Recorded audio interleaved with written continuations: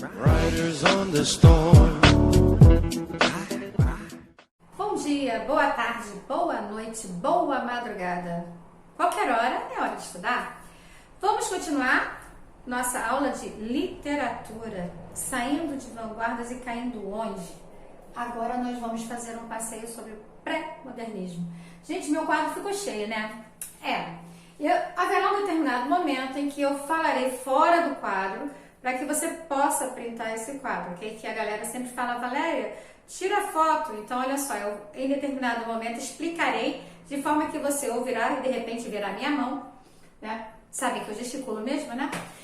E printará, você aproveitará esse tempo para printar a tela do quadro, tá? E colocar o seu material aí, porque eu fiz um resumo e ainda acrescentei material.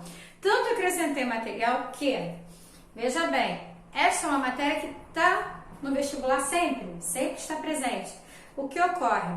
Eu não estou falando dos autores hoje, não estarei falando dos autores, estarei exemplificando, estarei falando sobre o que é o pré-modernismo, como ele aparece, o que ele apresenta, como ele apresenta.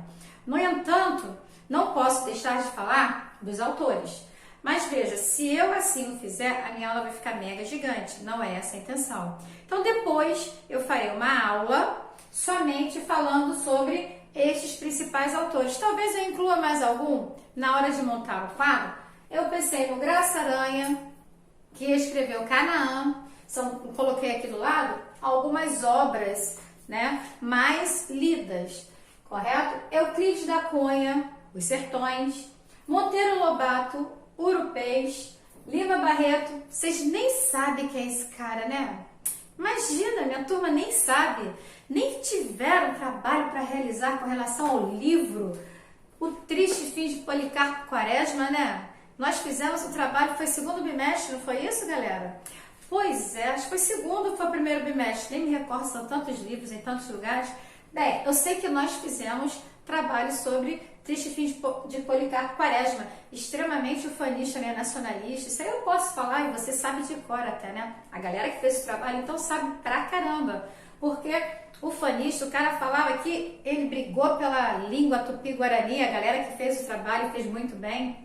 Alguns trabalhos são maravilhosos, muito bem apresentado, sem cópia. Adorei o trabalho executado, né? Foi resenha e resumo, correto? Aí veja, falando sobre ele, um cara que defendia a língua tupi-guarani, e tem o filme dele também, né? Também é bem fácil visualizar pelo filme como ele era. Ele brigou pelo Brasil e morreu pelo Brasil? Não, ele brigou pelo Brasil e o Brasil o matou. Ele foi executado. Mas enfim, tem o Lima Barreto que está aqui no nosso pré-modernismo. Então, olha só, quando cair Lima Barreto, eu já sei que a minha turma vai tirar de letra. E Augusto dos Anjos, você está vendo aqui só eu, né? Augusto dos Anjos tem muito a falar, no entanto, ele só teve esse livro, eu. Entendido? Então, depois eu montarei uma aula, já está esquematizada essa aula, já preparei, e vou falar sobre, vou colocar parceladamente cada autor, o que ele trabalhou e como ele era, como era a sua escrita, porque facilitará para você no vestibular, no Enem principalmente, para entender cada um deles. Por quê? As vanguardas caem na prova, as escolas literárias caem na prova. Vanguardas não são escolas, são movimentos, pioneiros, inovação, alteração, correto? E pré-modernismo nada mais é do que transição para o modernismo. Tanto que eu coloquei aqui no quadro, transição entre simbolismo e modernismo. Assim como também coloquei lá em cima, período de preparação, transição. Não é uma escola literária, correto? É um período de transição entre o simbolismo e o modernismo. E isto ficará muito bem visto por todos quando eu explicar pelo menos algumas dessas obras. Talvez eu acrescente um ou mais dois, mas certamente estes aqui estarão na aula que eu vou colocar. Vou usar o quadro, vou dividir bem esse quadro para falar de cada um deles. E irei especificar o passo a passo do que tem aqui no quadro, que eu falarei para vocês agora sobre o pré-modernismo envolvendo cada um deles, ok? Então vamos para cá. Como eu coloquei, pré-modernismo é transição, não é escola literária, correto? Então, por isso, por quê? Não tem características semelhantes, como eu coloquei até mesmo na última aula. A última aula eu falei sobre o que? Na parte de literatura. Eu acho que está falando surrealismo, né?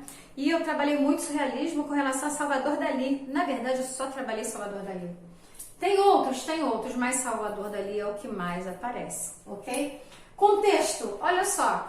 Em tudo que coloquei nas vanguardas europeias, eu falei sobre o que estava acontecendo, o contexto histórico. Nas vanguardas europeias, eu tinha a presença da Primeira Guerra Mundial, eu tinha a presença da Segunda Guerra Mundial, eu tinha a presença da Guerra Fria. Agora, no pré-modernismo, nós temos o quê? Bem, são 3 guerras grandes, né? Lá nas vanguardas. E o que tem agora mesmo? A propósito, vamos lá? Revolução de Canudos está acontecendo.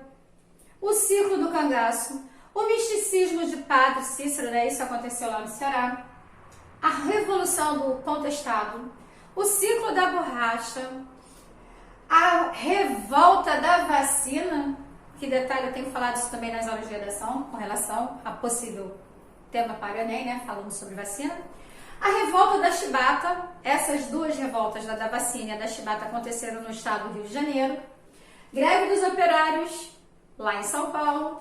E a República do Café com Leite, está aqui nesse momento, a República. Então veja, eu falei na última aula de vanguardas europeias sobre o quê?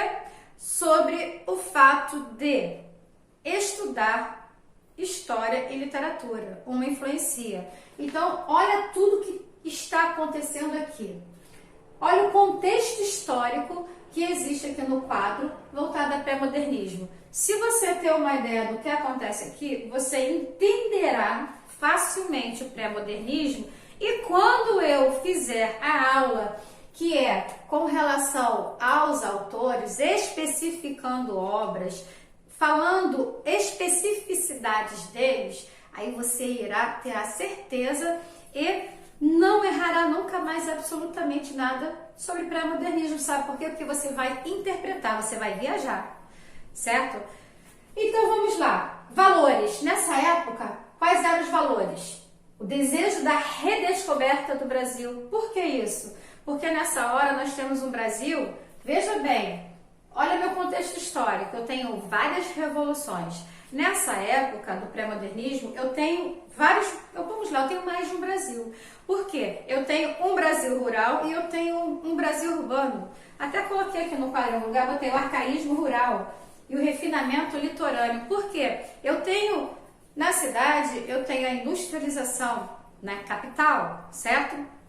Porém, quando estou no pré-modernismo, eu vejo mais o quê? O que mais é visto por todos os autores e escritores?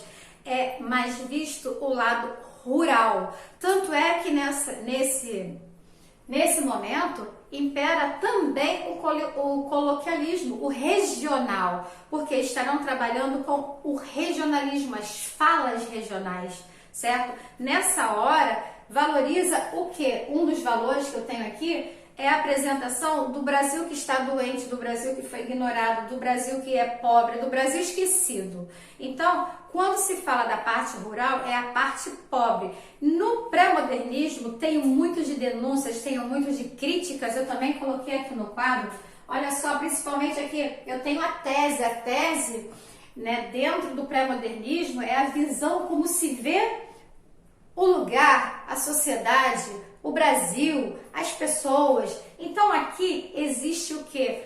Também os ensaios, o panfleto presente para fazer o que? Para denunciar a desigualdade, para denunciar também os problemas sociais, para protestar também contra os problemas que ali estão presentes na sociedade.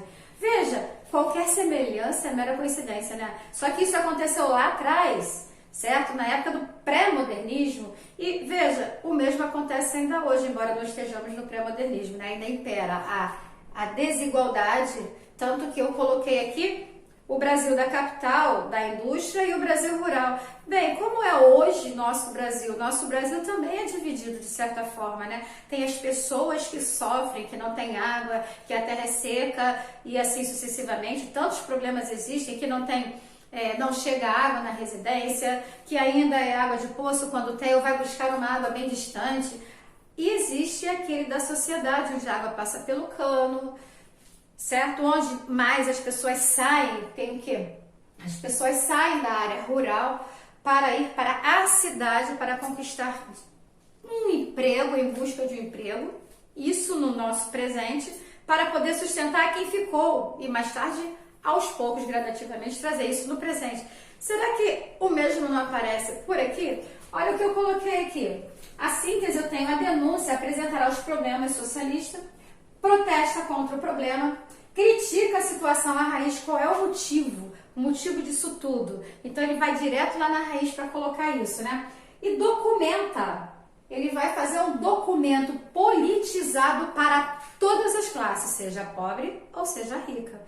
Ou seja, não há distinção nessa hora. O documento politizado, ele vai para todos. Nesse momento não existe, não, só vai chegar na mão daquele que é rico. O pobre não precisa ter acesso. Não, nesse momento vem tudo. Entendeu? Então veja, olha como não é difícil entender o pré-modernismo, né? Fácil. Não esquecemos de todas as revoluções, de todas as revoltas que estão aqui junto com o contexto do pré-modernismo. Quando você pensar aqui ainda nos valores, você tem o quê? Uma tentativa de reinterpretação, isso aí, de reinterpretação social do atraso e da miséria. De onde veio e quais as consequências? E eu esqueci de fechar o parêntese, né? E quais as consequências aqui colocadas? Por que aconteceu? O atraso se deu por qual motivo? O que aconteceu após esse atraso? Bem, é aí que começa-se o debate, correto? Então, quando se tem esse debate, é quando eu coloquei, vem as denúncias. Dentro das denúncias vem as críticas, vem os protestos, para então ter um documento politizado para todos, sem exceção, mesmo tendo a divisão entre o rural e o urbano, vamos colocar assim, que essa palavra não era tão utilizada. Ele chamava mais o litorâneo, porque a capital ficava praia, lugar de praia, tá? Então veja, característica, regionalismo. Antes era burguesia, lembra? Que no passado, antes nós trabalhávamos com a burguesia, sempre a burguesia, a classe média. Agora não, agora eu estou no meio do regionalismo. Agora vai aparecer aquele que é o caboclo, aquele que é pobre, aquele que não tem espaço, que não tem acesso à informação. Agora aparece isso. Tanto é que Monteiro Lobato, ele apresenta o caboclo, veja, ele é conhecido por contos, não é? Monteiro Lobato, ele tem vários contos. Todo mundo conhece por onde? Pelo Sítio do Pica-Pau Amarelo, correto? Ele também tem o seu lado infantil, ele era um advogado. Depois eu vou fazer aula específica dele. Então veja, Monteiro Lobato, se você parar para analisar, ele já tinha crítica até mesmo no Sítio do Pica-Pau Amarelo, porque ele falava muito do Jeca Tatu, né? E se você parar para analisar, se alguém conheceu, se alguém assistiu o Sítio do Pica-Pau Amarelo, como você viu ou como você já ouviu, né? Porque já tem muito tempo, embora tenha tido releituras, novos programas, né? Eu assisti aos dois, adorava quando criança, e depois o segundo, bem, tudo bem que a tecnologia avançada ficou legal, mas eu gostava mais do primeiro. Mas enfim, o tio Barnabé, ele morava lá no canto, perto da casa da Dona Benta. Ele era mulato, uma casa simples, muito simples. A água dele era uma água que era do poço. Era uma pessoa distante. Informação? Não tinha. Ele vivia no mato.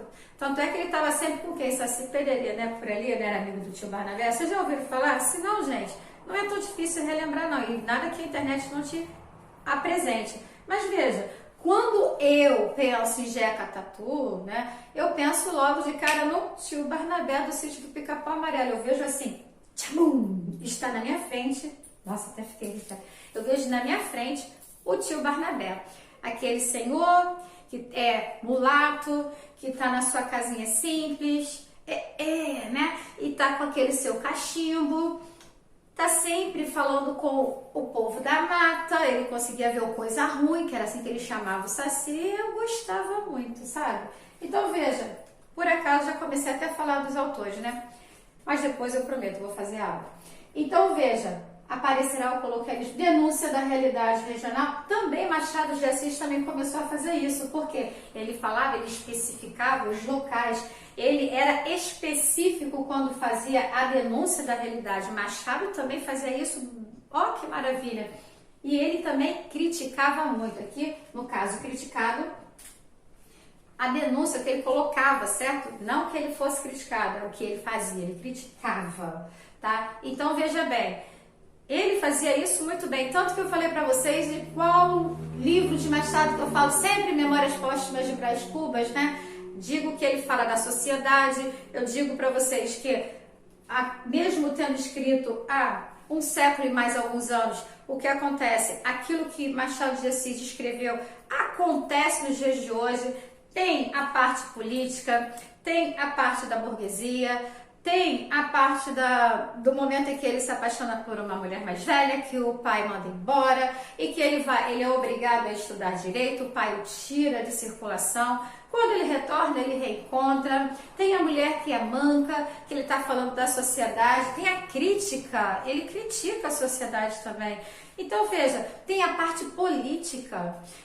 Gente, Machado de Assis brinca com as palavras. Eu digo que ele brinca porque o que ele escreve, o que ele escreveu, está muito presente. Não é nada tão distante de imaginar. Tem adultério, tem muito, tudo que você imagina que de repente, nossa, isso já acontecia lá atrás, então Machado tinha uma visão muito à frente, ok? Coloquei, mostra os marginalizados, não a burguesia. Por exemplo, tem por exemplo os escravos e os pobres. Ele faz a apresentação. O povo que era escravo, agora foi libertado. Como é que eles vivem? Vamos lá. Se eles foram libertados, tem a Carta de Alforria, tem textos que vem falando sobre, tá? Como é que eles ficam, como eles são vistos? Porque, afinal de contas, os escravos não estudavam, em sua maioria, né? Não estudavam, eles viviam nas senzalas. Se eles viviam nas senzalas, vem cá. Como vai colocar uma pessoa dessa para trabalhar? Ele só pode trabalhar da terra, então ele será mais um a fazer grupo daqueles pobres que irão trabalhar na área rural e com a terra. Porque espaço para ir para a cidade vai ter. O que você acha? Pois é, né? Então, os pobres ficam onde? Na parte rural, trabalhando com a terra. E os ricos ficam na capital, trabalhando na indústria, com o avanço da tecnologia naquele tempo, correto? Então, começa a parte da indústria, trabalhar na parte da industrialização, na parte do comércio. Esse aí foi para aquele que estudou mais um pouco. Do contrário, não. Vai trabalhar lá na terra, é melhor, entendeu? Afinal de contas, uma parte do nacionalismo ainda se encontra. Tanto tem o nacionalismo que eu coloquei, que eu chamei a atenção lá no romantismo, na primeira geração, né? Porque a primeira geração do romântico, o que acontece? Existe o ufanismo, existe o nacionalismo quando fala minha terra tem palmeiras onde canta o sabiá. Pois bem, quando você pensa nessa parte ufânica, ele coloca como seu solo. Nossa, ele é o maravilhoso. Eu tenho a palmeira, eu tenho a terra, eu tenho os pássaros, tudo que eu tenho, a minha terra, o meu nacionalismo, ele é lindo. A minha pátria é maravilhosa, nela não tem defeitos, certo? Então, isso acontecia no nacionalismo da primeira geração do romantismo. Já que no pré-modernismo, o que acontece? Esse nacionalismo é diferente. Ele tem um tom de ironia, ele tem um tom de deboche em Triste Fim de Policarpo Quaresma. Porque Lima Barreto coloca o quê? Ele coloca a situação, a sociedade, ela fica toda contra Policarpo Quaresma, vocês lembram? Tanto é que ele foi julgado, ele foi condenado. E o cara só vestiu a bandeira do Brasil, defendendo o Brasil de todas as formas possíveis. E o Brasil tirou a vida dele, ele foi executado, certo? Mas ele defendia o Brasil. Então, no Triste Fim de Policarpo Quaresma, de Lima Barreto, ele tem sim um certo tom de ironia. Defendeu tanto que morreu pela pátria, né? Aí, dando segmento, eu tô pra cá. né? Sincretismo literário, nova forma com padrões, sua forma do fazer literário, como assim? Se você parar para analisar, se eu coloquei nova forma com padrões, sua forma do fazer literário, por quê? Não, agora vamos nos largar, nos soltar de tudo que vem lá para trás, porque aqui você está se refazendo. Aqui não existe aquela regra a ser seguida, obrigatória, dos sonetos, dos quartetos, dos tercetos, das rimas, do parnasianismo com as suas rimas, seus sonetos, com as suas palavras extremamente rebuscadas. Não, eu não preciso. Aqui eu tenho a liberdade também para me expressar, embora aqui eu tenha quem faça ainda parte do parnasianismo, tá? Vou falar depois, tem um aqui que é parnasianismo. De fato, você já deve saber que não é Lima Barreto e que não é Monteiro Lobato. Quem será? Vamos ficar para ver depois, tá? Então, veja, aqui eu tenho uma liberdade, eu vou apresentar de uma forma mais simples, mais leve. Em momentos eu terei, sim, textos que estarão, não se esqueça que nós estamos fazendo a transição, então tem textos que você ainda verá um pouco do simbolismo, você verá um pouco do parnasianismo, você verá um pouco de cada escola literária, até barroco você pode encontrar. Não vou dizer onde, tá? Não hoje.